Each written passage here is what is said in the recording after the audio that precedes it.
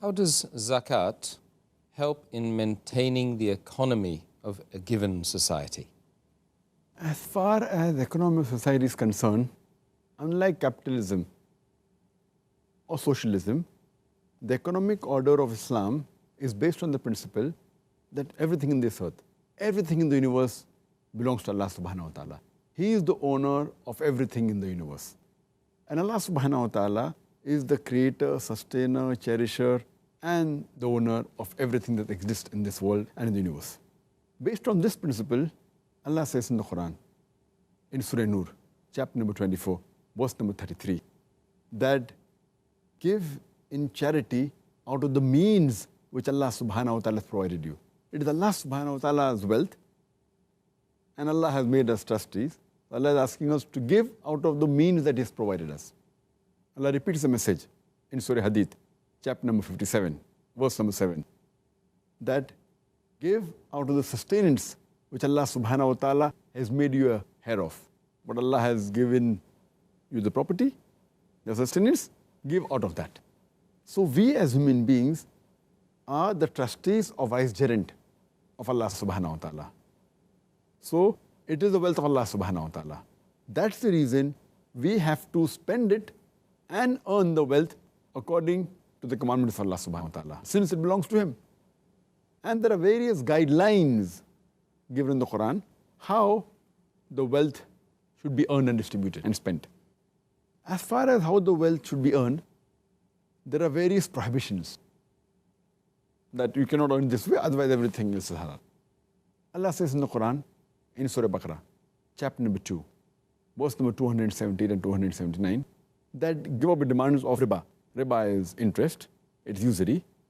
And those who give up not the demands of riba, usury and interest, take notice of a vow from Allah and His Rasul.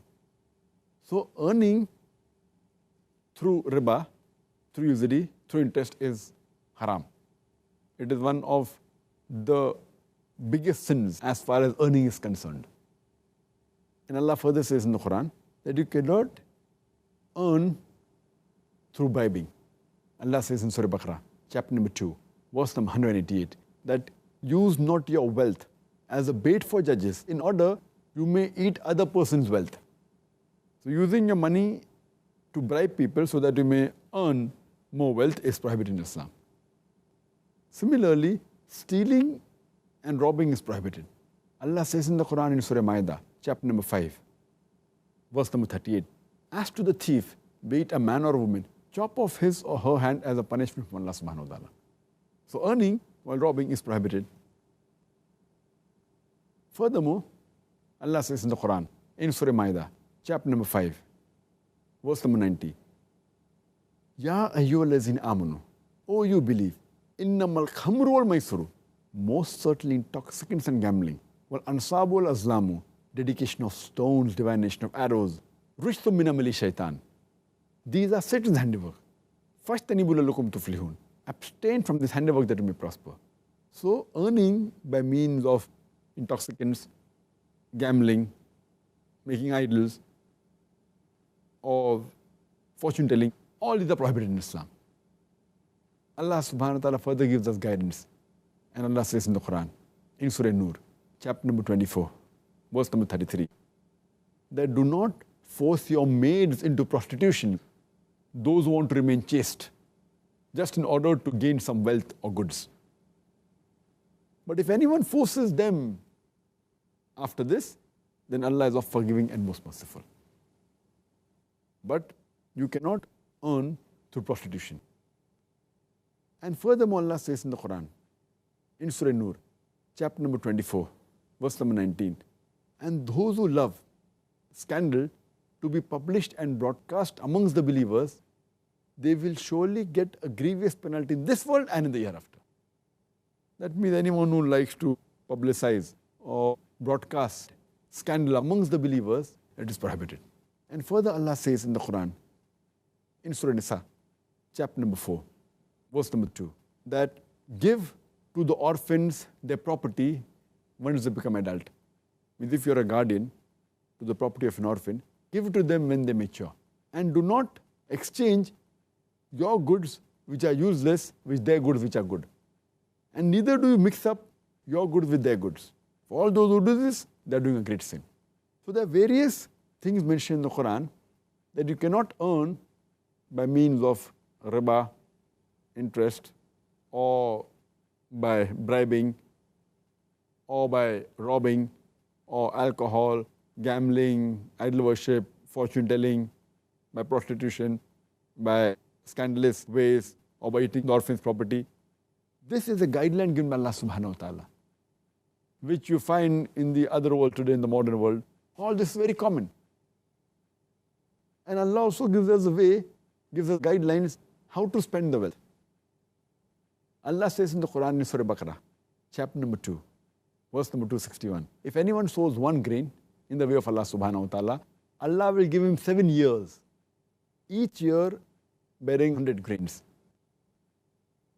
That means Allah subhanahu wa ta'ala says that if you spend in the way of Allah subhanahu wa ta'ala, Allah will give you 700 times profit. In business terminology, Allah will give you 70,000% profit. In which business will you get 70,000% profit? And Allah continues and says that He will give you multiple times more. So the best way to spend is in the way of Allah subhanahu wa ta'ala. It is charity. Allah further repeats the message in Surah Baqarah, chapter number 2, verse number 271, that if you disclose the charity that you give, it is well. But if you conceal it and make it reach those people who are needy, that is the best for you. It will cover up your sins, and Allah knows. Giving charity is good. Allah has given you permission to disclose it, also to tell it to others, but the best is disclosing. Allah says in Surah Baqarah, chapter number 2, verse number 277, as to those who believe and do righteous deeds and establish prayers and they give charity, that is zakat, they will receive the reward from their Lord. And on them shall be no fear and they shall not have any penalty. Allah says in Surah Dhariyat, chapter 51, verse number 9, Allah says, and give charity to those who ask and even to those who are prevented from asking.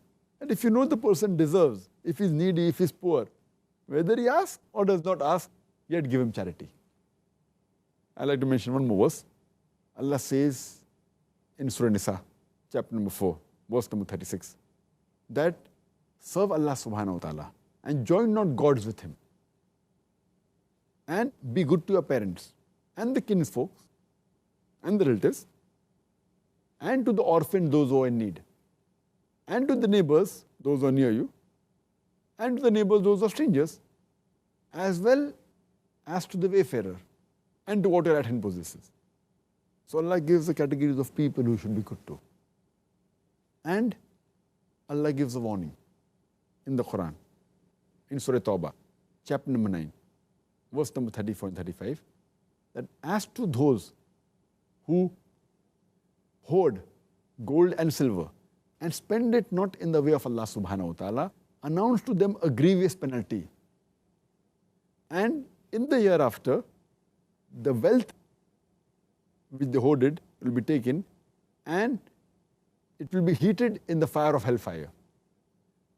The gold that they hoarded will be heated in the hellfire, and with it they'll be branded on their forehead, on their flanks, and on the back. And it will be told to them that taste the wealth you hoarded.